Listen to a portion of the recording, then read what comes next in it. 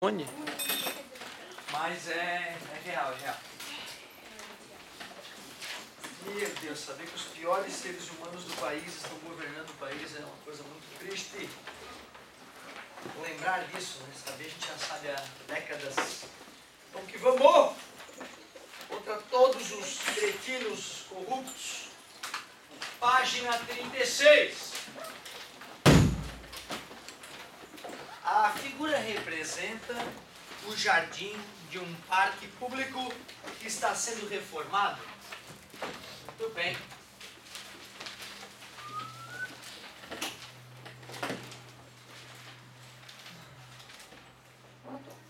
Que belo parque público, hein?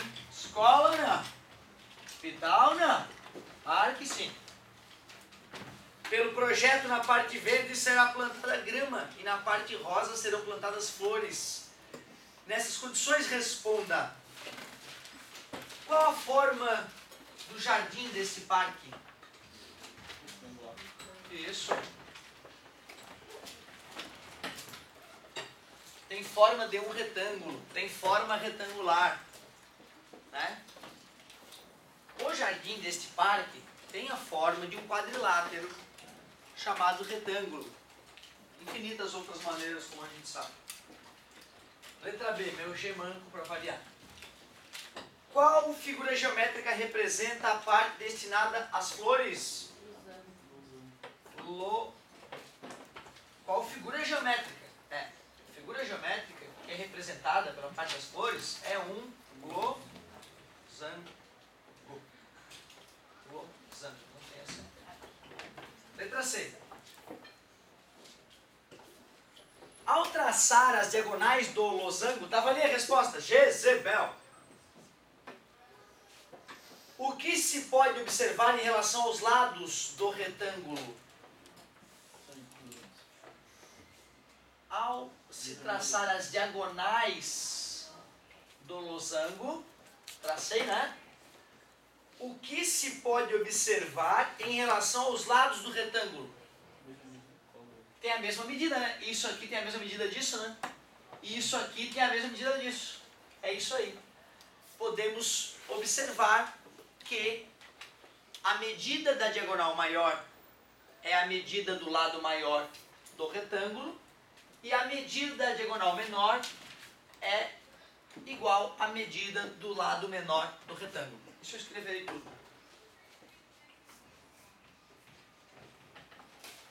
Ele disse o que se pode observar? É isso? Então eu vou responder, pode-se observar? Podemos, acho que fica mais elegante, né? Ainda mais que estou falando para todos vocês. Podemos observar que a medida da diagonal maior é igual à medida ou comprimento do lado maior do retângulo. E que a medida, a galera de trás copia que eu estou ditando, a medida e que a medida da diagonal menor é igual à medida do lado, ou do menor lado, para ficar elegante, né? Do menor lado do retângulo. Era assim que deveria fazer todas elas, né? Era para ter feito essa sim, era para ter feito essa sim. É tua obrigação moral tentar fazer as respostas o mais completa e o mais perfeita possível, né? Porque tu não está querendo acertar uma pergunta idiota, que a pergunta era bem bobinha. Tu está querendo treinar ser um bom respondedor de perguntas de maneira geral, né? E eu era vadio nessa parte e sofro até hoje as consequências disso, tendo dificuldade para escrever. Eu tenho que me esforçar, não é uma coisa fluida assim. Eu tenho que fazer um esforço, às vezes é uma porcaria, por isso que eu falei de novo. podemos observar que a medida diagonal maior é igual à medida do lado maior do retângulo. E que a medida diagonal menor é igual à medida do menor lado do retângulo. Sim, é que ficou razoável com um retardado mental. Letra D. Sou eu, óbvio. Observando a figura, o que se pode deduzir da área do losango em relação à área do retângulo? Ou tu vê, cara, esse cara aqui tem a mesma área desse. Esse cara aqui tem a mesma área desse. Esse. Logo, a área do losango é formada por 4 triângulos iguais, enquanto a área do quadrado é formada por 8. Então eu posso concluir que a área do losango... Isso. O que se pode deduzir? Pode-se deduzir, ou podemos, no meu caso, deduzir que a área do losango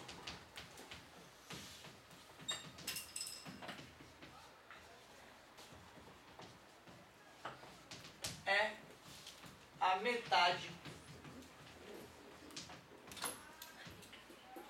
da área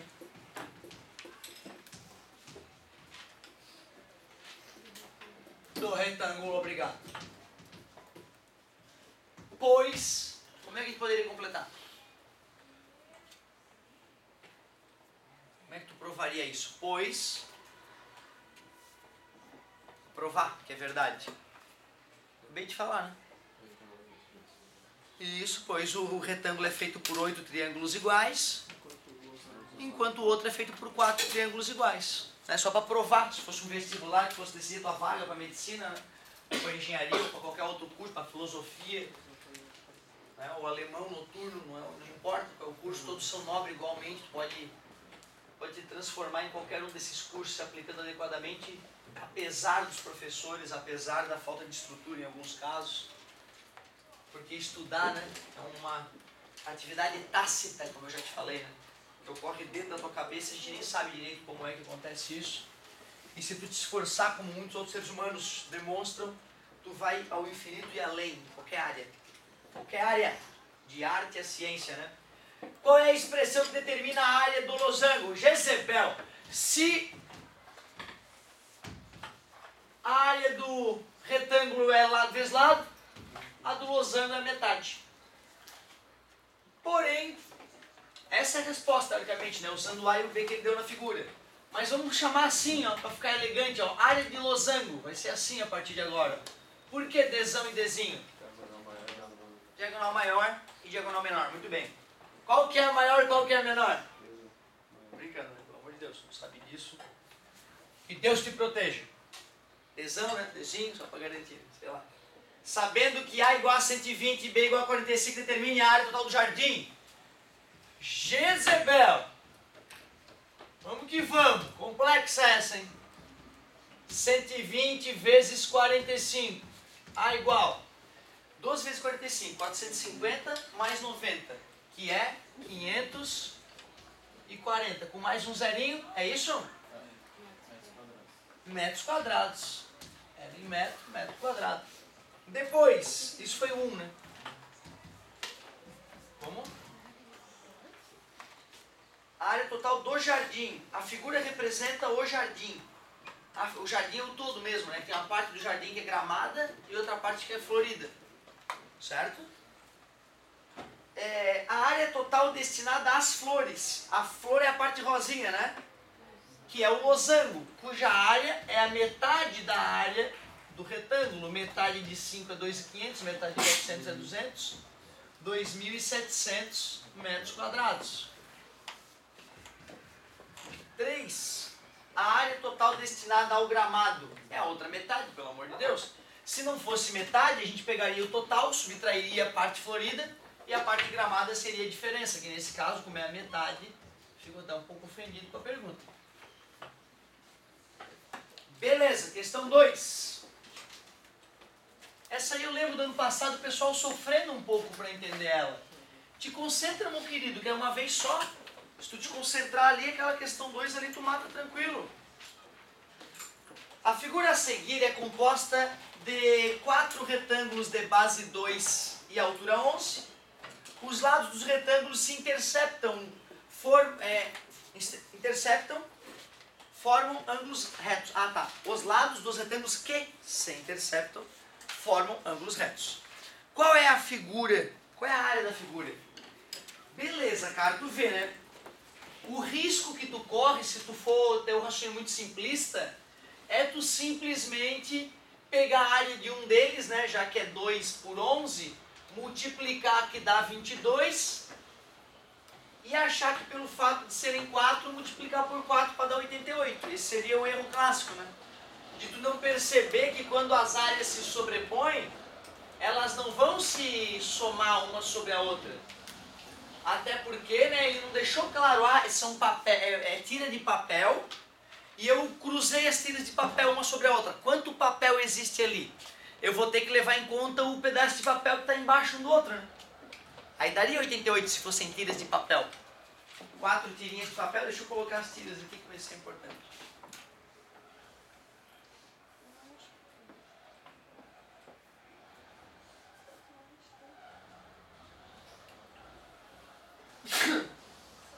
Eu sei que não está tudo igual, mas não incomoda, né? A figura está ali, só para ter uma noção. Não importa, na verdade, o quão mais para cima ou para baixo elas vão estar relativamente. O que importa é que elas estejam perpendiculares umas às outras. Se fossem tiras de papel como parecem ser, como cada uma tem 2 e 11, daria 22 a área de cada uma, e quando são 4 tiras de papel, a área daria... Ele falou que era tira de papel? Não, é uma figura geométrica. Então nós não podemos supor que uma está sobreposta à outra e que vai contar a área das duas. Ou seja, a área daquela ali de baixo não existe, porque a gente fez uma figura geométrica a partir do desenho dos retângulos. Agora então, já que eu estou tirando, já que eu estou te mostrando que não são tiras de papel, que cálculo que eu tenho que fazer em cima do 88 para poder retirar essa parte que está sobreposta? Eu tenho que descobrir a área, uma dessas 4 áreas, como elas são todas iguais, né? Calcularíamos as 4 áreas, perfeito. E como é que eu descubro a área de uma delas? Ah, é verdade, isso aqui é 2 porque é a largura da tira. E isso aqui é 2 porque é a largura da tira, é verdade. E 2 vezes 2? 4. Como cada uma dessas partes sobrepostas mede 4 e eu tinha computado elas 2 vezes no primeiro cálculo, eu vou fazer 4 vezes 4, que dá 16 unidades de área. E vou subtrair do 88.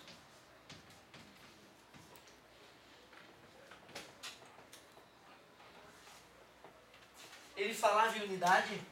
Não. Não. Então, unidades de área.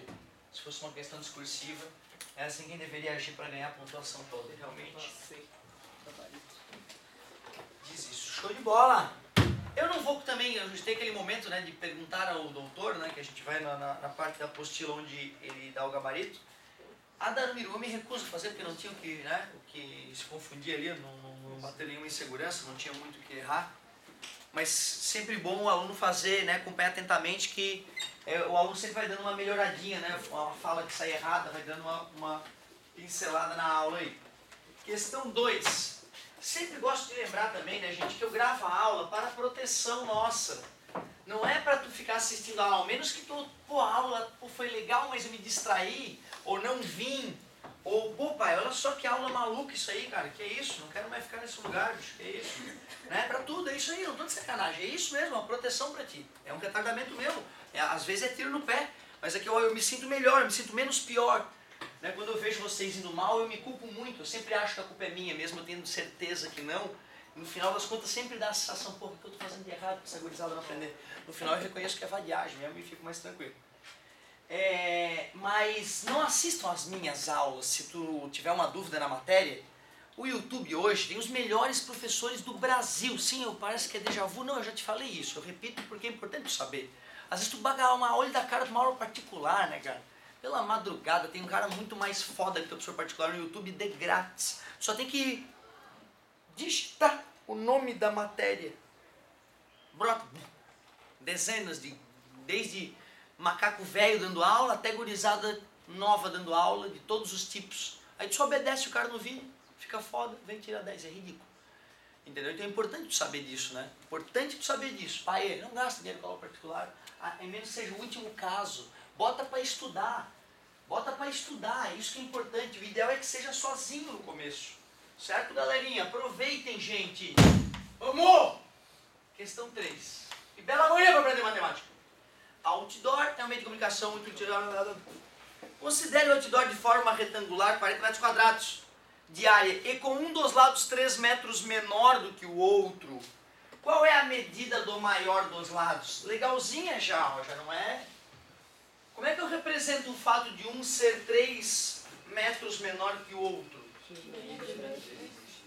Ótimo, chama um de x e o outro chama de x menos 3. Perfeito. Então vai. 40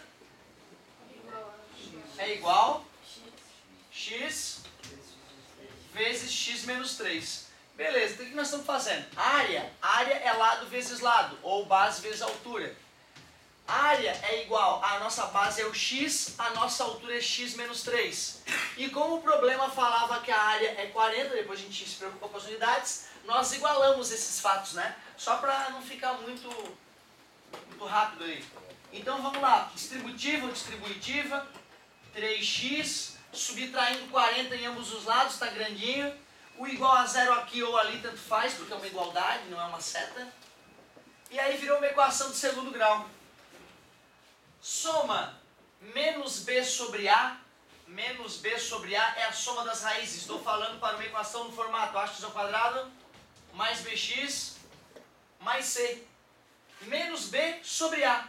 3 dividido por 1, 3. O produto, alguém lembra? C sobre A, coisa linda.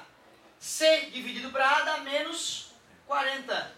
E agora nós vamos investigar quem são as duas possibilidades.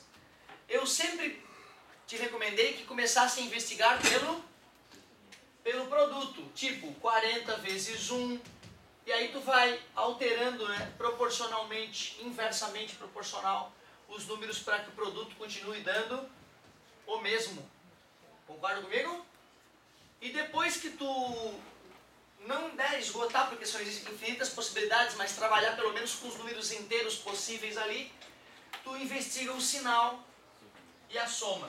Para dar negativo, ou o 40 é negativo, ou o menos 1 é negativo. Para dar negativo, ou o 20, ou o 2 é negativo. Para dar negativo, ou o 10, ou o 4, para dar negativo, ou o 5, ou o 8. Que é isso, professor? Déjà vu? Não.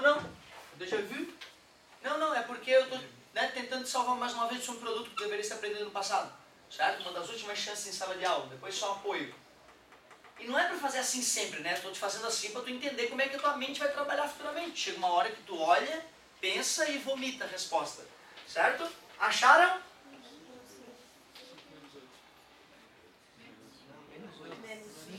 A soma tem que dar positivo, né?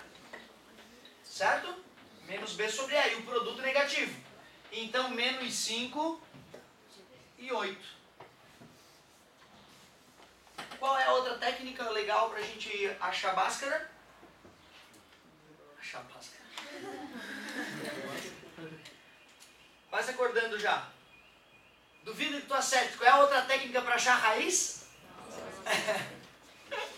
É um salve esse cara. Ó, galerinha, o meu professor de cálculo, né? Ele fica agoniado. Meu ex-professor de cálculo, ele fica agoniado quando o cara fala, fazer Bhaskara. Ele fica puto, né? E ele, eu não sei por que esses professores usam, ensinam essa gurizada a fazer Bhaskara. Eu acho tão legal o método de completar quadrados. Lembra que um polinômio, né? Ele pode ser um trinômio quadrado perfeito. Certo?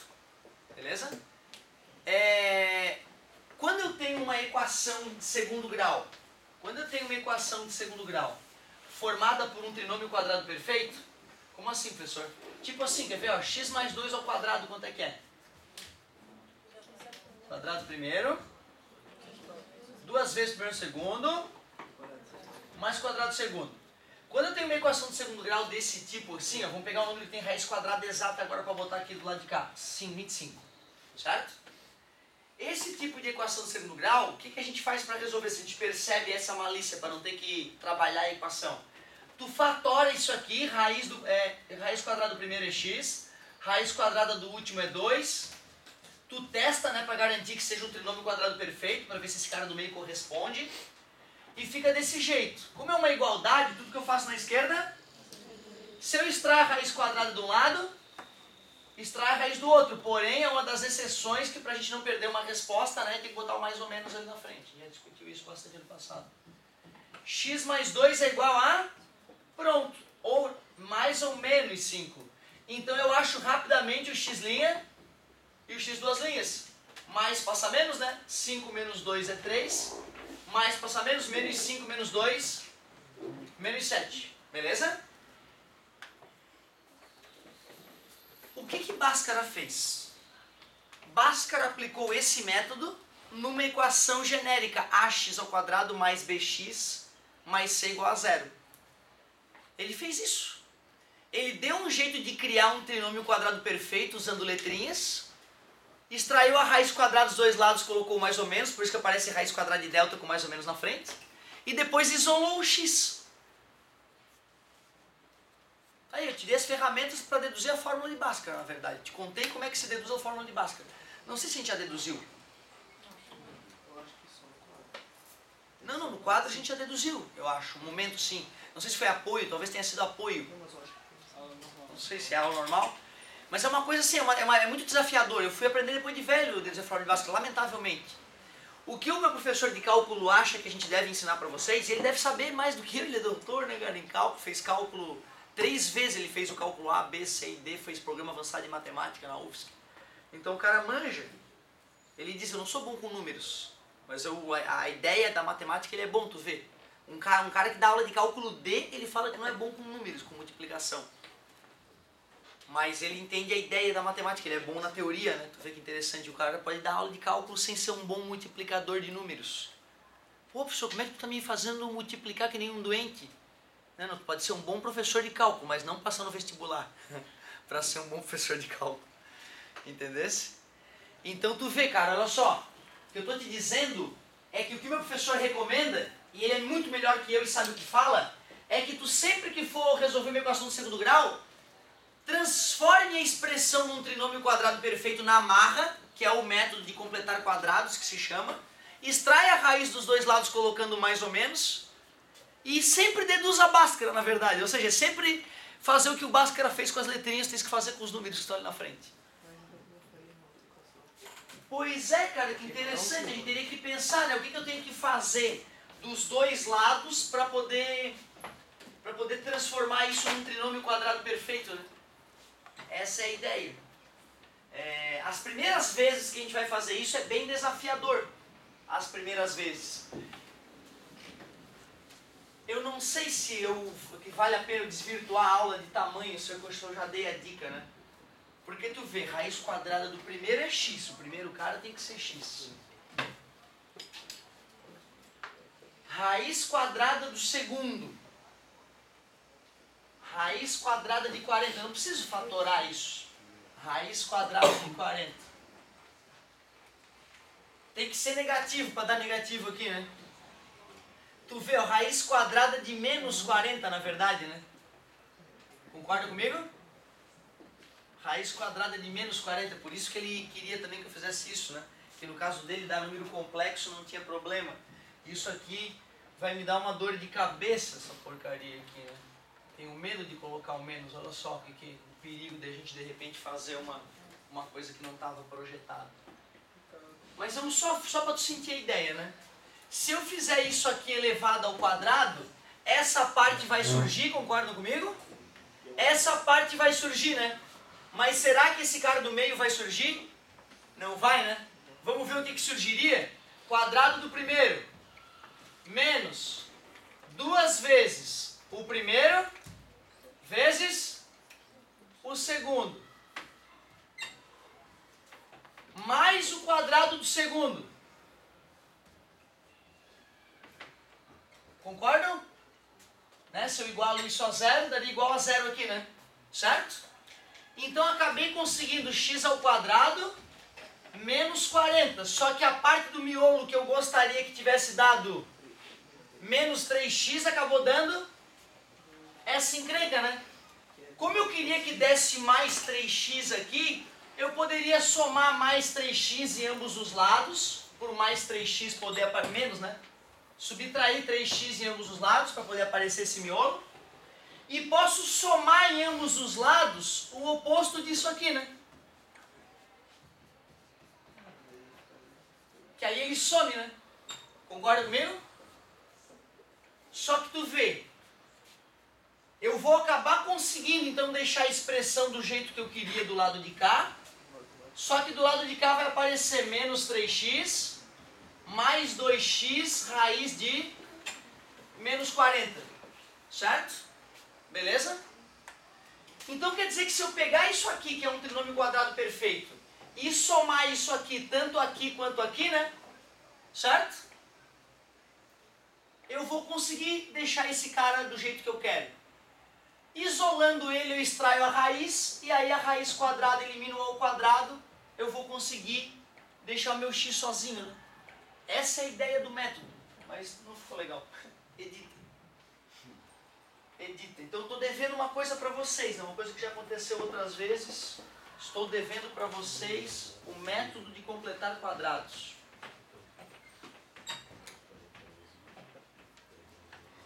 Deixa eu melhorar um pouco, para não me sentir tão humilhado. Tá, olha só, vou tentar explicar de outra maneira. Já que eu não consegui exemplificar com aquilo ali, estou me enrolando, eu vou explicar de outra maneira. Fatório, era lá no fundamental, era assim o enunciado, fatório. Aí eu não vou te contar o que eu usei na minha mente para criar, olha como tu vai descobrir fácil. Como é que eu fatoro isso? X menos 5, né? Ao quadrado. Vamos provar que isso é igual àquilo? Tu pode vir aqui do lado e fazer ele vezes ele, né? Concorda comigo? Certo? Faz a multiplicaçãozinha. X ao quadrado menos 5x mais 25. X ao quadrado menos 10x mais 25. Ou faz quadrado primeiro, 2 primeiro segundo, quadrado segundo. Tudo bem até aqui? E se eu fizesse assim, ó?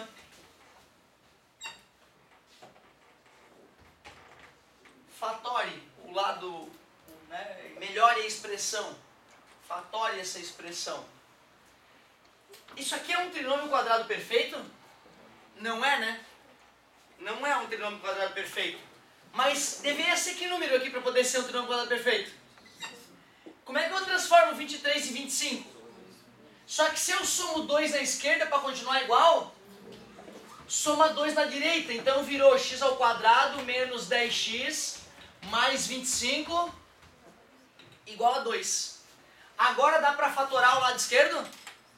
Dá, né? Dá para escrever do lado esquerdo x menos 5 ao quadrado. E se eu quiser me livrar do ao quadrado, extrai a raiz quadrada, fica x menos 5 igual a raiz de 2, mais ou menos, né? Certo? Na hora que extrai a raiz quadrada tem que botar um mais ou menos para não perder uma informação. Depois, se tu quiser, eu posso discutir de novo isso. 5 mais ou menos raiz de 2. Achamos o x' e o x, 2 linhas. Que método que nós usamos para resolver essa equação? Isso, não estou mais devendo. Pronto, aqui. Método de completar quadrados. Certo? É que aquela lá teria que ter um macetezinho um pouquinho mais delicado. E na hora que eu fui fazer me enrolei. Mas dá para fazer, qualquer uma dá para fazer.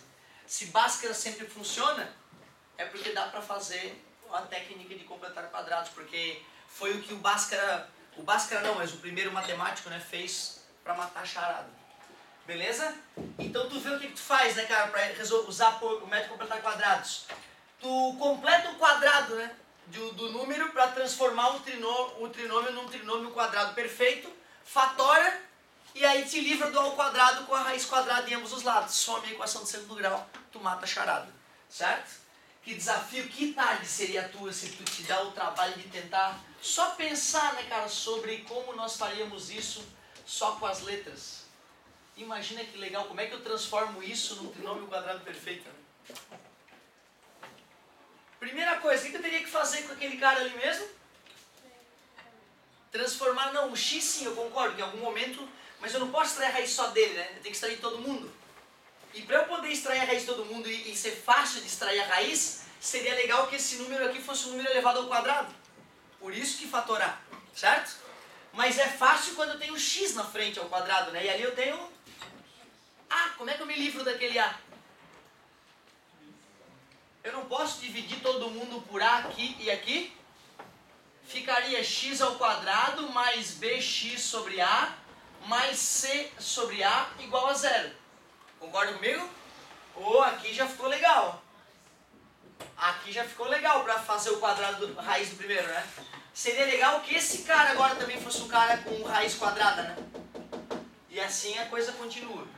Aí o Bhaskara pensa, ou o primeiro autor, né, da dedução, Bhaskara só organizou ela. Vou somar quanto em ambos os lados para isso aqui ficar um número que dê para extrair a raiz quadrada? E assim ele vai transformando isso num trinômio quadrado perfeito. Chega, né? Chega de revisão. Chega. É porque também essa aulinha diária, né, cara, ela dá um sono. Eu quis falar umas coisas, relembrar umas coisas malucas aí. Se tu quiseres, pede a dedução no apoio, que vai ser um grande prazer deduzir Bhaskara mais uma vez. Mas te desafia antes a tentar, tu tem elementos para isso já. Fala, meu amor. E quando eu coloco aqui aí fazia a real da área. Ah, é verdade, né, cara? Me empolguei tanto com a ideia de subproduto, comecei a devanear sobre a equação de segundo grau, né? Como se vocês já não soubessem. Desculpa, meu amor, tens toda a razão. O que ele pedia mesmo? Qual é a medida do maior dos lados? Qual é o maior dos lados? Vamos ver. Vamos ver. É o x, é verdade. Então é menos 5. Não, um lado negativo aqui não faz sentido. Então x igual a 8. Era em metros, não era? X igual a 8 metros. Vamos botar o x aqui também. 8 menos 3, 5. Se um lado é 8 e o outro lado é 5, 8 vezes 5, 40. Fechou, né? Fechou. Engraçado, por que menos 5 brotou ali? Matemática falhou nessa hora? Não, né? Vamos ver? Bota menos 5 ali. Menos 5. E aqui, menos 5, menos 3? Menos 5 vezes menos 8? 40. A matemática funcionou. É que não tem interpretação física para uma área negativa, né? Se a área zero é nada, a área negativa seria, né, a outra dimensão do universo que alguns físicos falam, né? Seria para onde vai o buraco negro, o famoso buraco de minhoca. Né? A gente já chegou a devanear um pouco sobre isso, mas é uma ideia que eu não aceito muito. Tem gente que alega que o buraco negro ele dobra o espaço, né, e gera tipo de um tubo no espaço que pode se conectar com outra região do espaço. E no lado oposto do buraco de minhoca, onde tem um buraco negro, teria um Big Bang, uma ejeção de matéria acontecendo. O problema é que a gente detecta o buraco negro, consegue ver as dimensões dele e calcular a massa dele. E a gente percebe que a massa dele evolui com o passar do tempo, à medida que ele traga galáxias, né, estrelas e mais estrelas. Então, por que justificar que tenha saída de matéria, né, para outro lugar ali? Tem que pensar melhor sobre isso. Mas também eu não entendo nada de física avançada, né? Eu sou bom em física e matemática básicas. Eu preciso ainda estudar uma vida para poder discutir matematicamente o buraco negro, né? Como é que o indiano calculou o buraco negro e depois fomos descobrir que de fato existia. Te contei a historinha, né?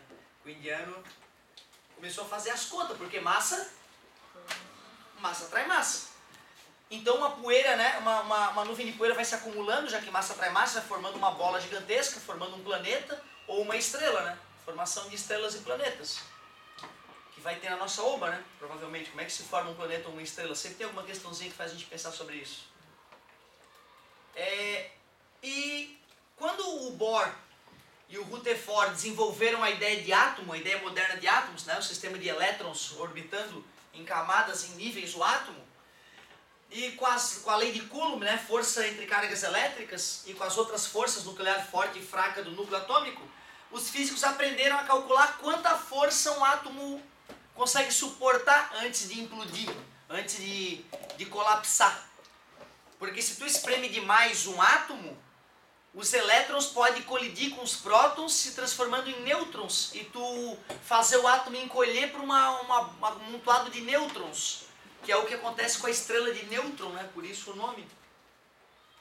Quando o indiano pensou, pô, mas peraí, cara, se tiver muito nêutron acumulado, muito, a atração vai ser tamanha que a parte interna ali vai arrebentar de novo. As contas mostram que a matéria não vai se suportar.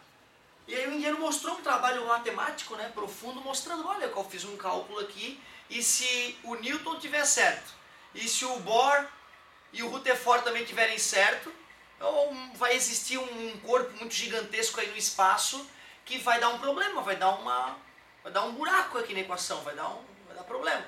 E aí a galera, tá bom, indiano, um buraco negro, pegando no pé do cara, fizeram até o black hole de maneira meio jocosa, entendeu? O nome buraco negro remete a algo, entendeu? Que todo ser humano tem. Certo? O símbolo do cobre na tabela periódica. E tu vê, gozaram da cara do indiano. Gozaram dos resultados matemáticos do indiano. Só que a galera estava esquadrinhando os céus cada vez com máquinas mais poderosas. E começaram a perceber estrelas massivas em altíssimas velocidades fazendo uma curva muito acentuada, muito rapidamente. E nós estudamos ano passado, né, que para um corpo fazer curva tem que ter uma força. A força centrípeta.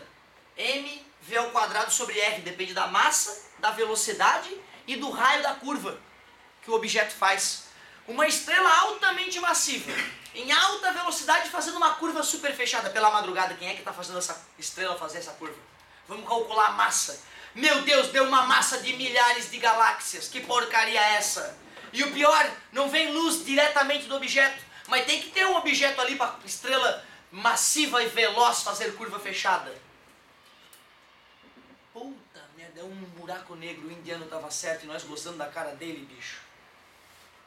Tu vê que poder a matemática, né, cara? Prevê a existência de uma entidade como o buraco negro antes de achar.